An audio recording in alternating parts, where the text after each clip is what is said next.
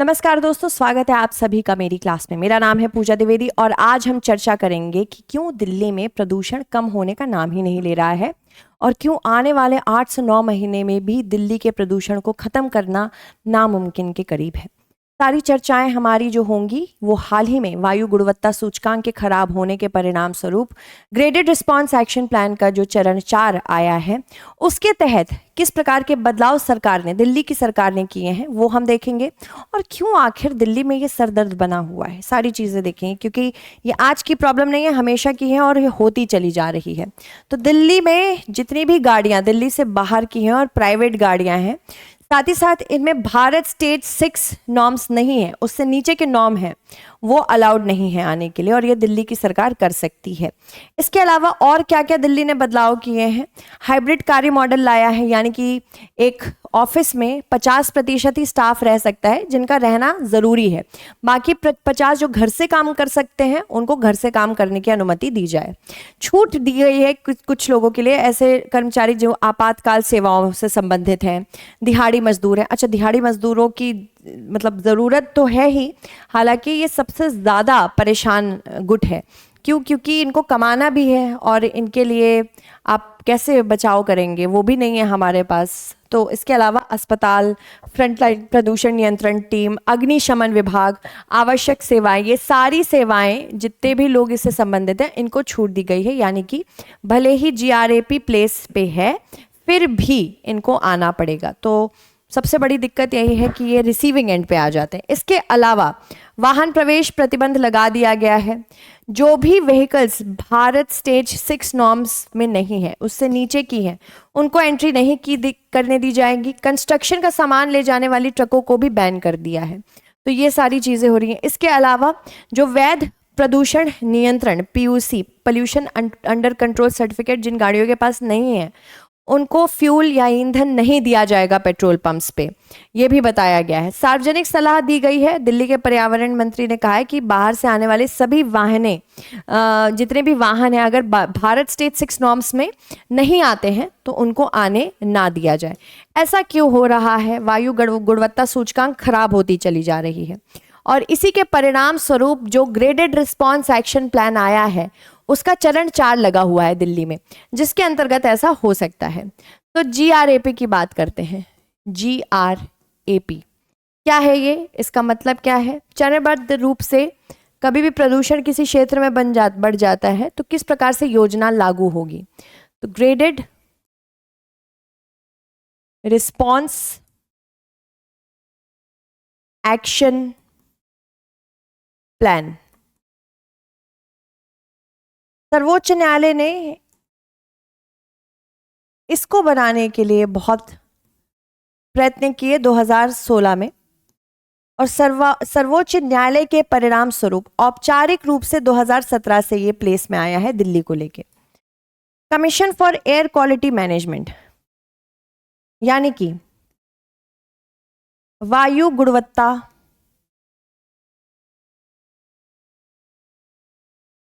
प्रबंधन कमीशन, इसके कार्यान्वयन को संभालता है, CAQM, और ये पर्यावरण मंत्रालय के साथ कोलैबोरेशन करके ही होता है। तो पर्यावरण मंत्रालय के साथ मिलके ये करता है। क्यों बनाया गया है इसको? इसलिए ताकि क्योंकि दिल्ली लैंडलॉक्ड है, दिल्ली भूमिगत क्षेत्र है और बहुत सारे क्षेत्र जो उसके आसपास के हैं या तो ये कृषि से संबंधित है या तो ये आर्थिक रूप से अभी सशक्त हो रहे हैं, जिसके परिणाम स्वरूप आर्थिक गतिविधियों से बहुत जुड़े हुए हैं। तो राजस्थान, हरियाणा, यूपी, ये सारे ऐसे प्रदेश हैं जिनके साथ समन्वय करना ज़रूरी है। तो जब भी GRAP प्लेस में आ जाता है तो CAQM इन सारे प्रदेशों के साथ मिलके एक सिस्टम बनाती है ताकि दिल्ली के प्रदूषण को और दिल्ली के आसपास के प्रदूषण को रोका जा सके। तो ये अंतरराज्यीय या फिर अंतर राज्य समन्वय को संचालित करने के लिए बनाया गया है। ठीक है,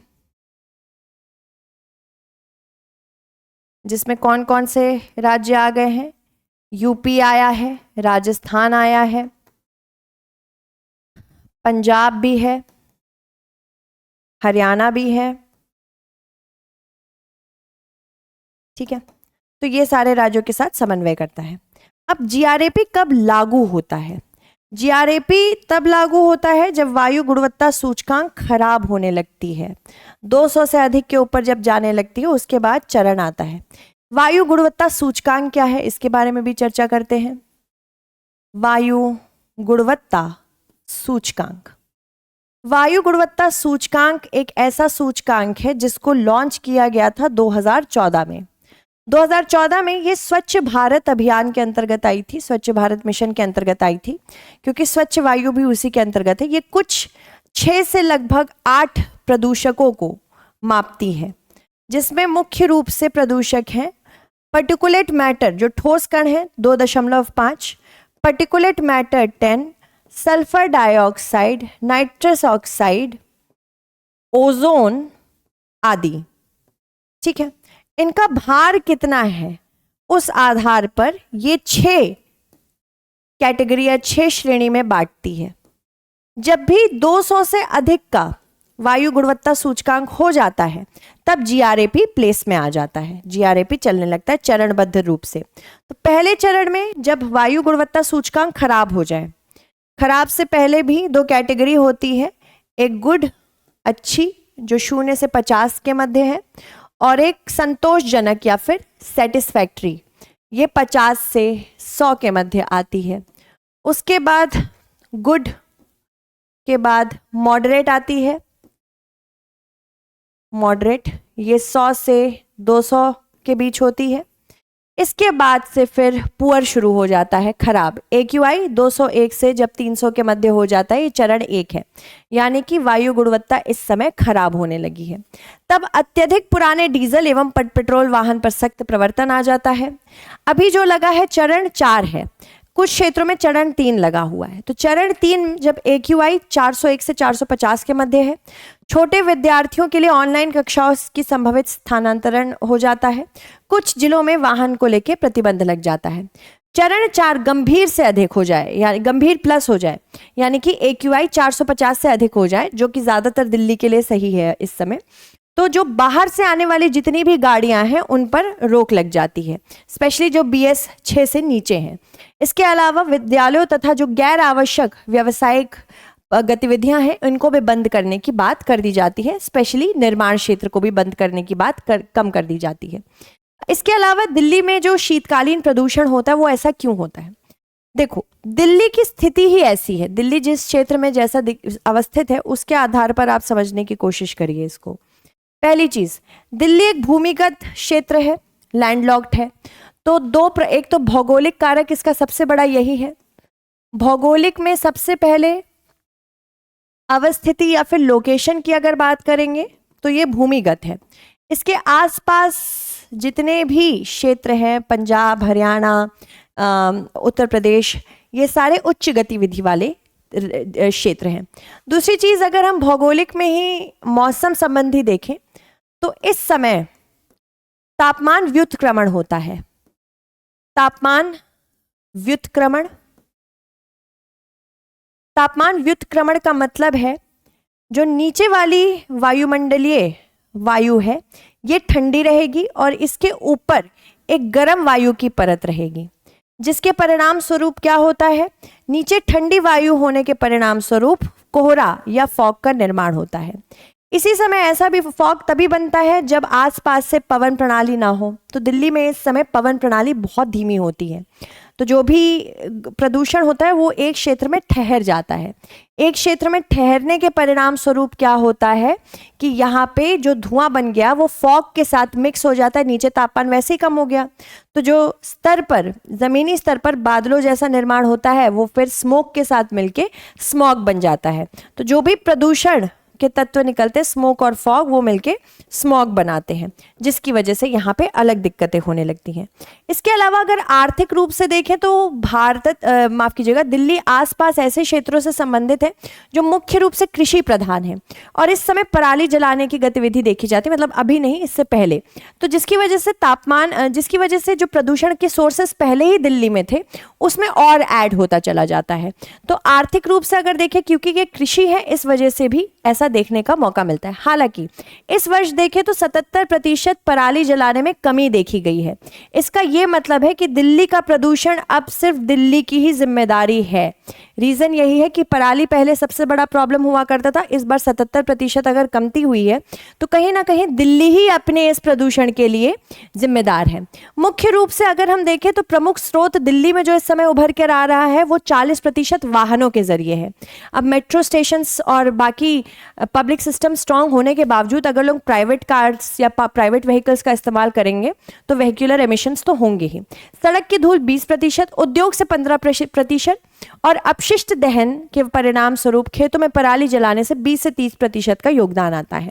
तो इस वजह से दिल्ली में लगातार प्रदूषण बढ़ता चला जा रहा है। हालांकि बीजिंग, चाइना ने कहा है कि दिल्ली और बीजिंग की एक तरह से हालत ऑलमोस्ट रेमिनिसेंट है। जो दिल्ली की आज हालत है वो बीजिंग की हुआ करती थी। हालांकि चीन ने बहुत सारी गतिविधियां की जिसके परिणाम स्वरूप आज के समय बीजिंग इतना प्रदूषित नहीं है। सबसे पहला तो कि चीन का वायु प्रदूषण से निपटने हेतु जो दृष्टिकोण रहा है, पहले उन्होंने, जैसे दिल्ली में 40% वाहनों के परिणाम स्वरूप प्रदूषण है, बीजिंग में भी यही था। उन्होंने सबसे पहले वाहनों पर प्रतिबंध लगाना शुरू किया। मुख्य रूप से जो उत्सर्जन मानक उन्होंने अपनाए, ये 6NI, जैसे हम भारत स्टेट 6 नॉर्म्स अपना रहे हैं वैसे उनका भी था 6NI, ये यूरो 6 के समकक्ष था। पुराने एवं उत्सर्जन वाले वाहनों को उन्होंने चरणबद्ध तरीके से हटाया। और आपको पता है चीन जब कोई चीज़ करने पर आता है तो वो बहुत ही तीव्रता से करता है। लाइसेंस प्लेट लॉटरी निकालना शुरू किया और विषम सम कार्य दिवस आधारित ड्राइविंग नियमों के माध्यम से निजी वाहनों में वृद्धि को भी रोका गया। विश्व के सबसे बड़े मेट्रो और बस नेटवर्क को बनाया ताकि लोगों को अपनी निजी गाड़ियों की आवश्यकता ही ना हो। इसके अलावा विद्युत गतिशीलता को बढ़ाया, इलेक्ट्रिक मोबिलिटी जो भारत में अभी उतनी प्रचलित नहीं हो पा रही है। बीजिंग तियानजिंग हेबे क्षेत्र के साथ समन्वय कर उत्सर्जन में भी कमी लाई। इसके अलावा अगर हम बात करें दूसरा इन्होंने क्या विकल्प अपनाया उसको भी हम देखते हैं। इन्होंने औद्योगिक पुनर्संचरण किया, जैसे 3000 से अधिक भारी उद्योगों को बंद किया गया अथवा अन्य स्थानांतरित किए गए।